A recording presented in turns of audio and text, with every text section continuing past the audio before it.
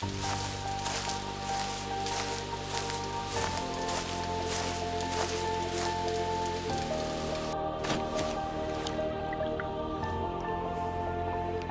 хаанд байна? Чи ой тухаангүй байсан. Чи их шархатсан болохоор энд авчирсан юм аа.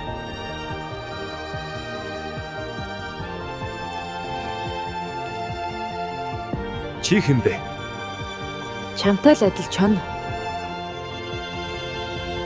Ингэхэд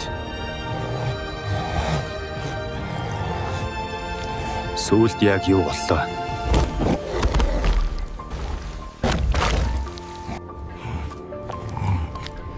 Сайн. Амарч байж л хурдан идэхэрэн шүү. Баярлаа.